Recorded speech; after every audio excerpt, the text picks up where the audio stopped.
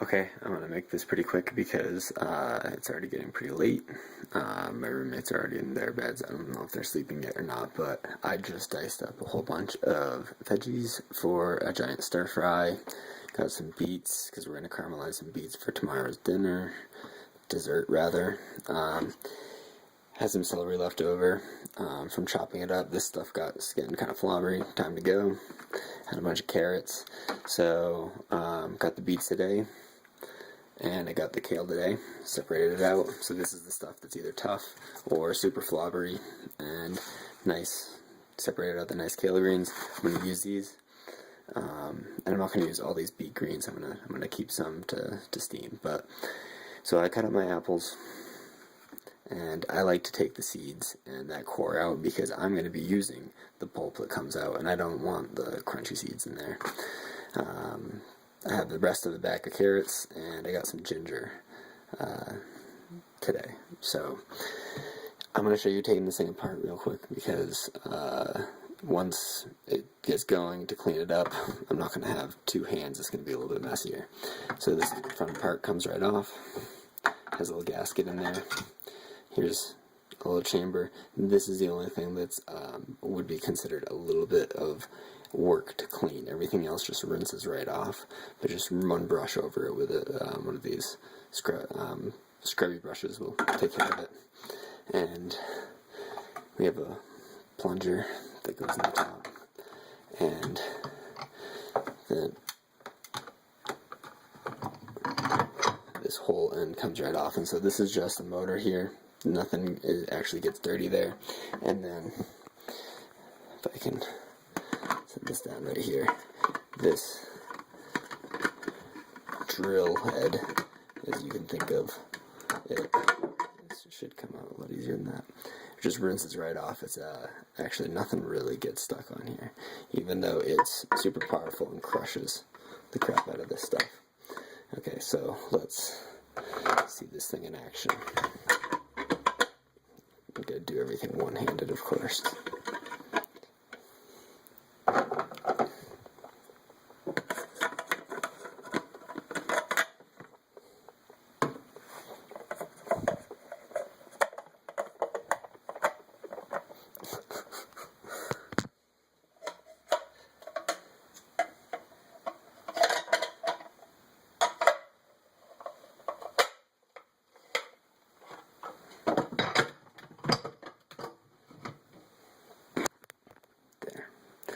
Much easier with two hands.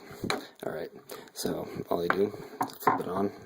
It also has a little reverse toggle back here in case it gets jammed up.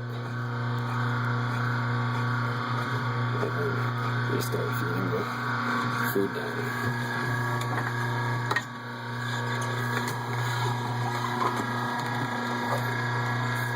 And actually, I think I'm going to do the ginger first because it's super fibrous, and I don't know if I'm going to use that pulp.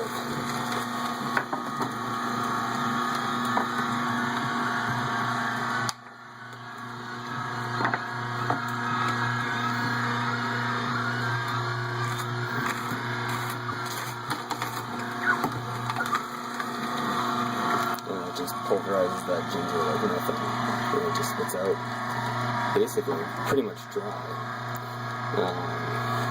Go for some beet greens.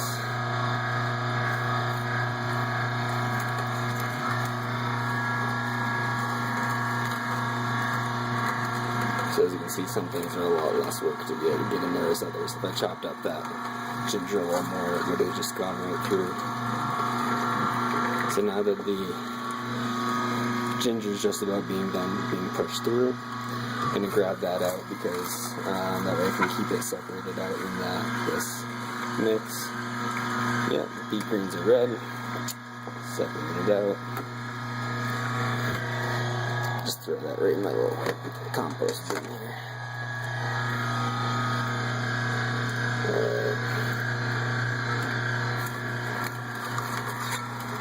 More beet greens. You want to be careful with the celery. Celery is surprisingly strong. And especially, these little center pieces of the celery work great But you're not going to do much with them anyways. But always make sure I always wash everything, make sure there's no dirt on anything, because I don't want dirt left over in what I'm going to be making with that pulp.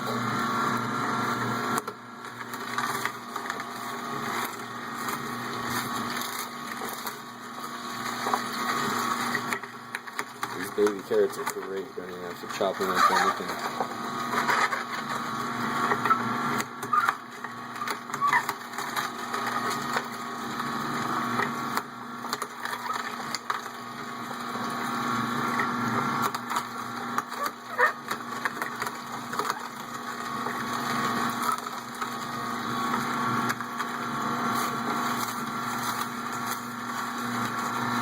Couple more beet greens,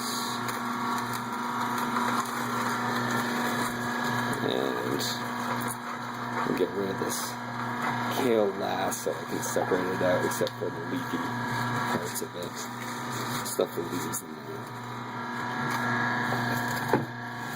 But I'm not sure if that's going to be too fibrous for the crackers I'm going to be making later.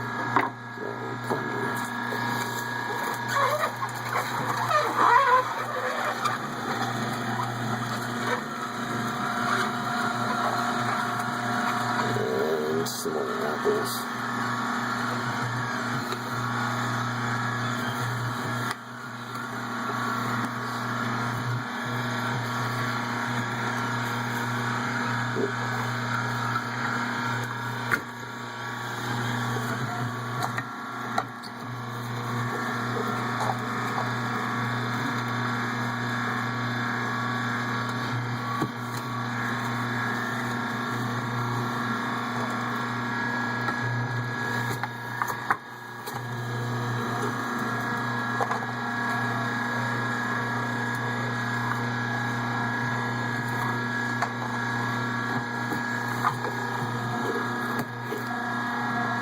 And if it ever looks like it's getting full, like it's full of juice there, thing you can do, temporary fix, turn it off, let it completely stop, spin it in reverse a little bit, let it completely stop, forward, march.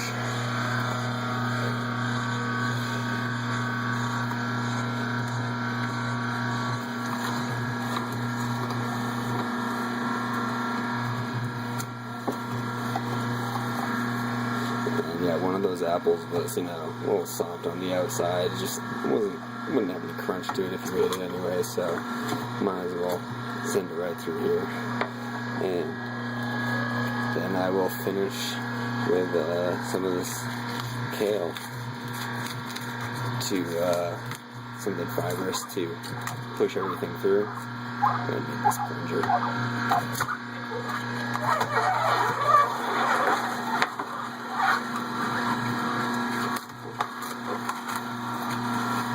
Kale stalks, rather.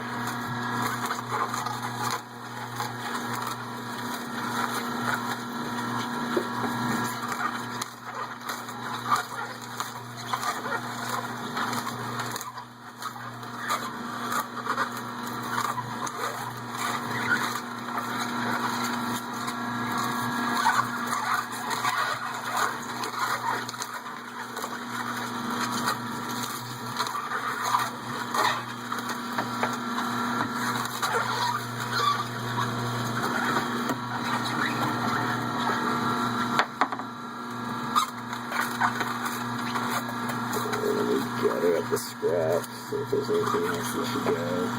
We'll get one more beet green for good measure.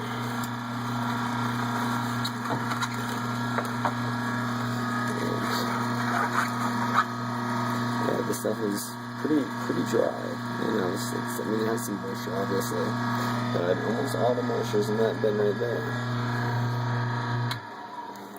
So now it's just a matter of rinsing it all off and take this beautiful looking concoction and go ahead and pour that in a container. And I usually cut it with some orange juice or some other kinds of juices, just because this is going to be this is pretty potent, and it's nice to add a little bit of extra sweetness to it. Although carrots are super sweet, beets are super sweet, I didn't actually put any of the beets in here, only the beet greens. So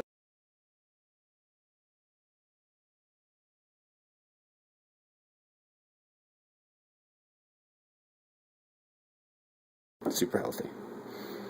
Cool. And that's the Omega juicer. This is a commercial grade one, so we have a couple of drippage, and I'll take care of that.